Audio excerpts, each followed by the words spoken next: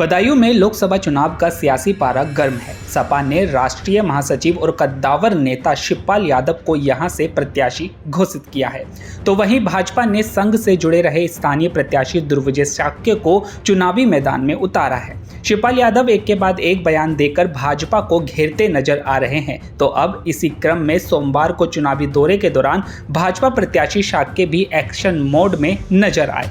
उन्होंने शिवपाल यादव द्वारा दिए बयान पर पलटवार किया। शिवपाल यादव ने भाजपा पर क्या तंज कसा, सबसे पहले आपको वो सुनवाते हैं। हम ओवैसी और पल्लवी पटेल का सम्मान करता हूँ,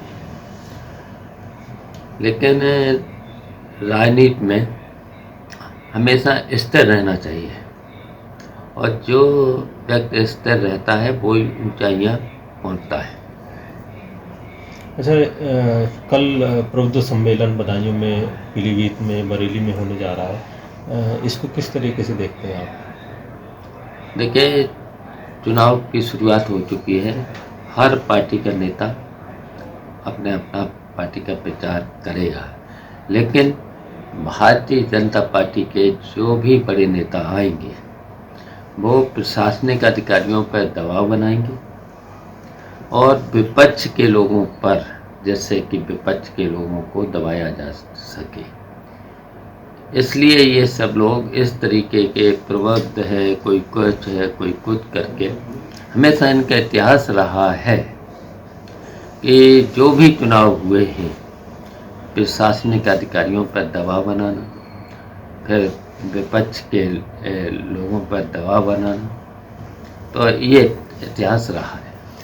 भ्रष्टाचार की जैसे बात सामने आ रही है, मोदी ने कल जो है सभा हुई थी उसमें कहा है भ्रष्टाचार पे हम किसी को छोड़ेंगे नहीं, और आपका भी कल गठबंधन की मीटिंग हुई थी वहाँ दिल्ली में, तो इसको किस तरीके से देखते हैं आप? देखिए, भारतीय जनता पार्टी को तो हर विपक्ष का नेता भ्रष्टाचारी दिखाई दे रहा है, लेकिन जब विपक्ष का इनके पास पहुंच जाता है तब वो बिल्कुल क्लीन साबित हो जाता है।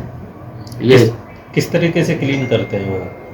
नहीं, वही तो बता रहे हैं ना, तो ये तो प्रेशर की पॉलिटिक्स है। तो वो भ्रष्टाचारी खत्म हो जाता है क्या भाजपा में? देखिए, भारतीय जनता पार्टी यही काम कर रही है पूरे देश में। आप देख ही रहे हो, ईडी सीबीआई का प्रयोग से लेकर के सब चल रहा है। अच्छा, जो पल्लवी पटेल और ओवैसी बना रहे हैं, इस पे क्या समाजवादी पार्टी पे कोई फर्क नहीं पड़ेगा इन चीज़ों से? देखिए, जो स्थिर नेता नहीं रह सकता है पार्टी में और अपने लक्ष्य के लिए, तो फिर वो आगे नहीं बढ़ सकता है। अब शिवपाल के इसी बयान पर दुर्विजय शाक्य ने भी पलटवार किया है। देखिए ये वीडियो। ऐसा होता है, वो वैसा ही सोचता है। आप सब जानते हैं, हमें कहने की जरूरत नहीं है। उनका इतिहास गुंडई का रहा है, उनका इतिहास प्रशासनिक एडमिनिस्ट्रेशन के माध्यम से बूथ कैप्चरिंग और इस सब का इतिहास रहा है, इसलिए वो वैसा ही सोच रहे हैं। वो कह रहे हैं कि बड़े नेता आ रहे हैं, मैनेजमेंट करेंगे। हमारे यहाँ ऐसा कुछ नहीं है। हम लोग जनता के दरबार में हैं, जनता के बीच में हैं। जनता का लाड़ प्यार योगी जी और मोदी जी के प्रति अपार है। जनता का जो समर्थन है वो निश्चित रूप से हम लोगों को विजयी बनाएगा। दूसरा, उनका कहना है कि जो है भाजपा के जो लोग हैं वो विपक्ष के जब तक रहते हैं तब तक वो भ्रष्टाचारी होते हैं और भाजपा में शामिल होते हैं तो वो क्लीन हो जाते हैं। इस पर क्या कहें? इस पर मैं कहूँगा, कुछ तो उनका काम है कहना, वो काम कहेंगे, उससे कोई फर्क नहीं पड़ता है। हमारे यहाँ सब ठीक है। उनके पास कोई मुद्दा है नहीं, कोई पब्लिक की लड़ाई का इशू नहीं है। कोई भी ऐसी बात उनके पास हो जो उपलब्धि हो वो गिनाएं। अगर गिनाएंगे तो हमारी कमियां नहीं, अपनी उपलब्धियां गिनाएंगे।